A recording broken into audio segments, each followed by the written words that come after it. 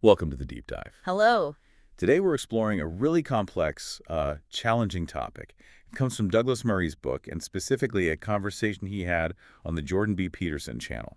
Yeah, the title was Democracies and Death Cults, Israel and the Future of Civilization. It's quite a title. It is. And our aim here, really, is to try and understand the events of October 7th in Israel, the global reactions that followed. Which were often quite perplexing. Exactly.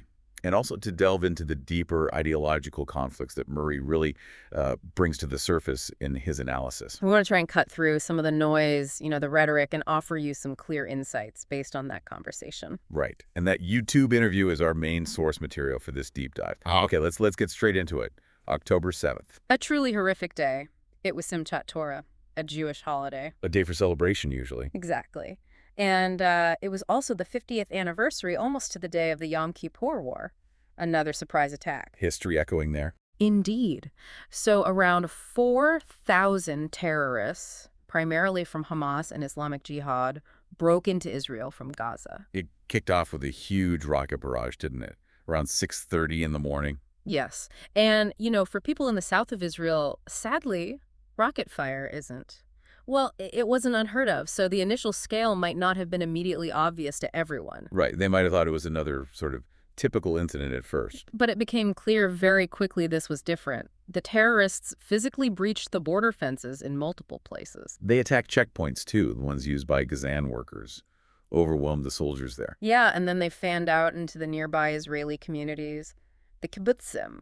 These peaceful farming villages, many founded on ideals of peace. And they went house to house, massacres, kidnappings, just brutal acts. And then there was the Nova Music Festival. Just awful. An outdoor dance party, thousands of young people, mostly unarmed. Murray brings up the debate. Was it specifically targeted beforehand, or was it, tragically opportunistic once the invasion began? Either way, the result was horrific. The overall numbers are just staggering. About 1,200 Israelis killed. So many more injured. And around 250 people taken hostage, dragged back into Gaza. To try and put that into perspective for, say, the U.S. population, Murray gives this comparison. It's like 44,000 Americans being killed in one day. And 10,000 kidnapped. It's almost unthinkable. It really is. Yeah. And Murray points out the initial failures in the Israeli security response. The apparatus was caught off guard. But alongside that, you had these incredible stories of heroism. Civilians, off-duty soldiers. These self-orders, as they were called. People like Nimrod, just ordinary citizens jumping in cars and heading south to fight back. An unbelievable contrast. Yeah. The worst of humanity and the best, side by side. And the details about Hamas planning are chilling. They'd clearly done extensive reconnaissance. Using Gazan workers, apparently, to gather intelligence inside Israel. They knew the vulnerabilities. Which leads to Murray's point about the Israeli conception, as he calls it, this sort of prevailing belief within parts of the Israeli establishment. What was that belief? That Hamas had become more interested in, governing Gaza, maybe corruption, accumulating wealth. Less focused on their core ideology. Yes. Less focused on their stated goal of, annihilating Jews and destroying Israel. It was an underestimation of the fanaticism. A failure to take them at their word, perhaps? Especially leaders like Yahya Sinwar. Exactly, Sinwar. His background is grim. He was in an Israeli prison for years, convicted of murdering Palestinians suspected of collaborating. And he was released in a prisoner swap in 2011. He was. And after his release, he very publicly stated Hamas's intention to attack Israel again. It wasn't hidden. A stark reminder that sometimes you have to listen to what your enemies are actually saying. It really is.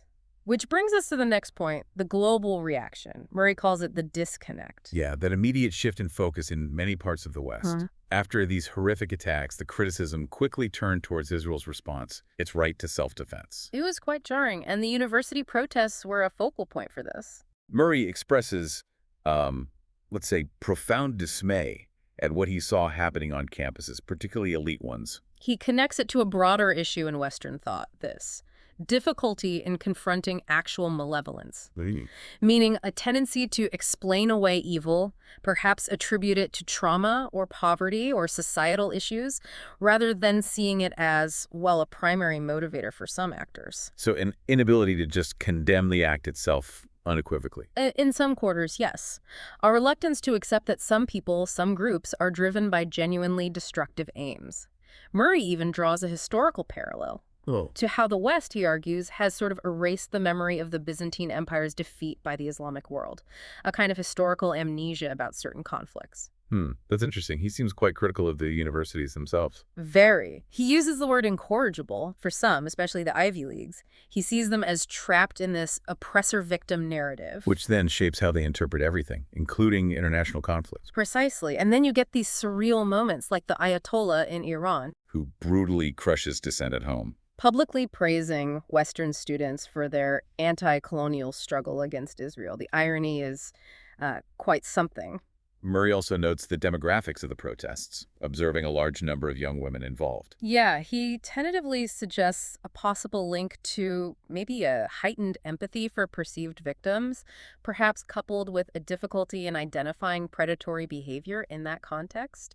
It's a sensitive point he raises. There's also that tendency, he points out, the sort of Western narcissism. The idea that nothing happens unless the West caused it. Right. That constant question, what did we do? Right. Instead of looking at the actual perpetrator's motivations. And flowing from that, what Murray sees as a kind of delusional belief among some students that their campus protests can actually dictate military policy halfway across the world. A disconnect from reality, as he puts it. Okay, so let's shift focus a bit to the nature of Hamas itself and why Murray uses that term death cult. Iran's role seems crucial in his analysis. Absolutely. He argues Iran essentially views the Palestinians as, tragically, as cannon fodder, pawns in their larger proxy war against the U.S. and Israel. And Hamas leverages this, particularly with the hostages. Yes, they exploit what Murray sees as Israel's fundamental human decency, its commitment to bringing its people home, whatever the cost. They know it's a pressure point. Then there's the tunnel network under Gaza. It's vast, reportedly longer than the London Underground system. Thousands of access points. Often located in civilian areas, mosques, hospitals, homes. Yes, that's widely reported. And crucially, Murray points out, these tunnels were built for fighters and weapons, not primarily as shelters for civilians. He mentions a Hamas leader actually saying that explicitly. He does, saying the tunnels are for the fighters and that the civilians are the responsibility of the UN, the international community. It's a shocking admission of disregard. Which leads directly to this death cult idea. Yeah, Murray argues Hamas doesn't just accept death in conflict, they seem to embrace it, even worship it. A stark contrast to societies that fundamentally value life. He talks about the videos the terrorists took themselves on October 7th. The footage showing their ecstasy in bringing death, as he puts it, it's deeply disturbing. He contrasts it with, say, the Nazis who tried to hide their worst crimes. This was broadcast, almost celebrated. And the use of religious phrases like Allahu Akbar during these acts of extreme violence, Murray sees it as a complete perversion of its meaning. This brings us to another key theme for Murray: projection and Western guilt. Right. He quotes Vasily Grossman. Tell me what you accuse the Jews of, I'll tell you what you're guilty of. How does he apply that here? He looks at the accusations thrown at Israel, genocide, ethnic cleansing, white supremacy, and sees them as mirroring the historical sins that Western students are taught their own societies are guilty of. Colonialism, slavery. Exactly. He argues Western education often instills this deep sense of collective guilt in young people. But without providing a way to actually process it or find redemption. Precisely. It leaves this free-floating guilt and moral burden. And the protests, then, are a way of projecting that guilt. That's Murray's argument. Projecting the sins they've been taught about their own history onto Israel, seeing it as the contemporary embodiment of those past wrongs. He also points to the uniformity of the slogans, the chants at protests worldwide. Yeah, suggesting it's not entirely spontaneous. He points to potential organization, perhaps Iranian proxies, Qatari money, feeding ready-made propaganda into this environment of guilt. It's a complex argument about psychological projection meeting geopolitical influence. He also draws a contrast between, say, the historical Western effort to abolish slavery, led by figures like Wilberforce, And the fact that slavery still exists in parts of the Islamic world, often without the same level of internal critique or apology.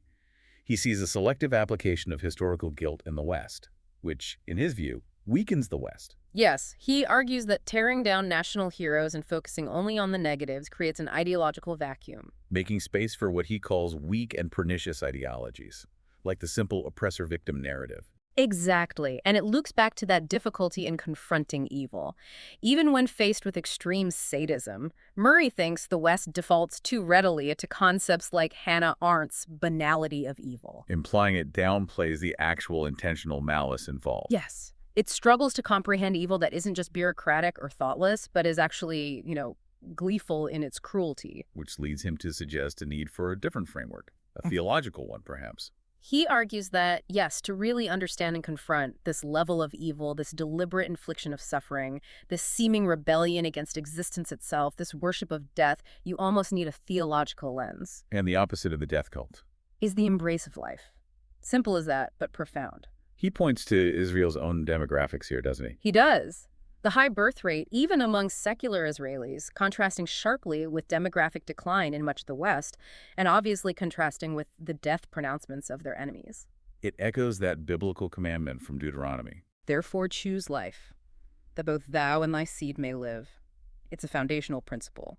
He also touches on the significance of Jerusalem, Isaiah's prophecy. That peace depends on the word going forth from Jerusalem, suggesting its centrality isn't just political, but perhaps spiritual or metaphysical, as a precondition for harmony. Is there any optimism in his outlook? Some glimmers, perhaps.